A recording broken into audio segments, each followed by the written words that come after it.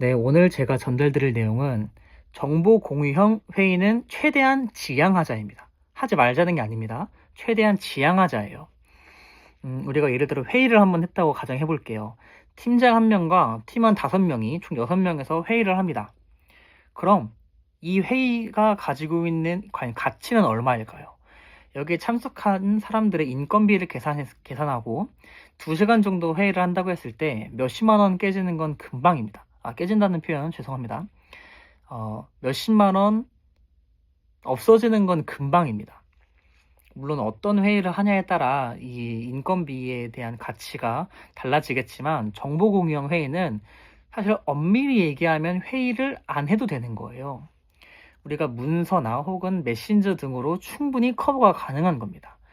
회의의 본질은 의사결정과 넥스트 액션이에요. 회의는 크게 3가지가 있는데 정보 공유형 회의, 우리가 최대한 지양해야 하는 거고요. 2번째는 아이디어 회의입니다.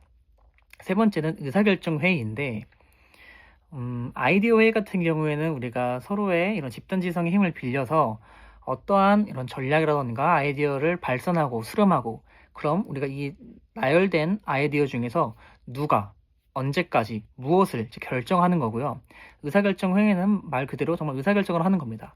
하지만 정보공유형 회의는 목적 자체가 서로의 싱크를 맞추는 거예요. 물론 우리가 TF팀을 꾸리고 kanban 보드 같은 것들을 해서 우리가 어젠 뭐 했고 오늘 할 건 뭐고 장애물은 무엇인지 이런 것들을 나누는 건 물론 너무나도 중요합니다. 그러나 이런 건 30분 이내, 사실 30분도 길어요. 20분 이내로 마칠 수가 있는 거예요.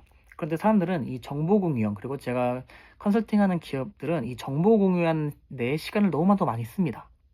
물론 서로의 싱크를 맞추는 건 중요하지만 굳이 회의를 하지 않더라도 다른 방법으로도 충분히 커버가 가능한 부분입니다. 그래서 정리를 하면 우리가 정보 공유는 최대한 사전에 끝내고 우리가 모이는 경우에는 조금 더 복잡한 문제 해결, 의사결정 이런 데에 포커스를 맞춰보자라는 걸 전달드리고 싶었습니다.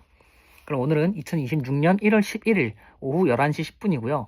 저는 오늘 컨디션을 회복해서 공부를 많이 했고요. 일도 했습니다.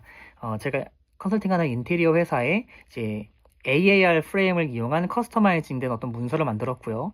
그 회사에 필요한 주제별 필요한 양식들을 이렇게 모아서 엑셀로 이렇게 좀 이렇게 아카이빙하는 시간을 가졌습니다. 그리고 마이클 포터의 경쟁 전략에 대해서 공부를 또 진행했습니다. 그리고 집에 와서 영상 촬영하고 있고요. 저는 영상 촬영 끝나면 이제 로잉, 운동하고 닭가슴살 먹고 씻고 잘 예정입니다. 이번 주도 고생 많으셨습니다. 감사합니다.